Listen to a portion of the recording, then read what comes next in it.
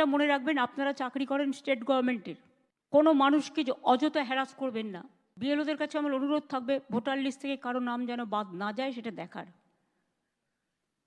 মনে রাখবেন, election commission তার নোটিফিকেশন যখন হবে ডেট অফ ইলেকশন, তখন থেকে এটা ইলেকশন কমিশনের আন্ডারে যায়। তার আগে স্টেট গভর্নমেন্ট, আবার ইলেকশনের পরেও স্টেট গভর্নমেন্ট। সুতরাং এটা মনে রাখবেন, আপনারা চাকরি করেন স্টেট গভর্নমেন্টের, কোনো মানুষকে যে অযথা হ্যারাস করবেন না।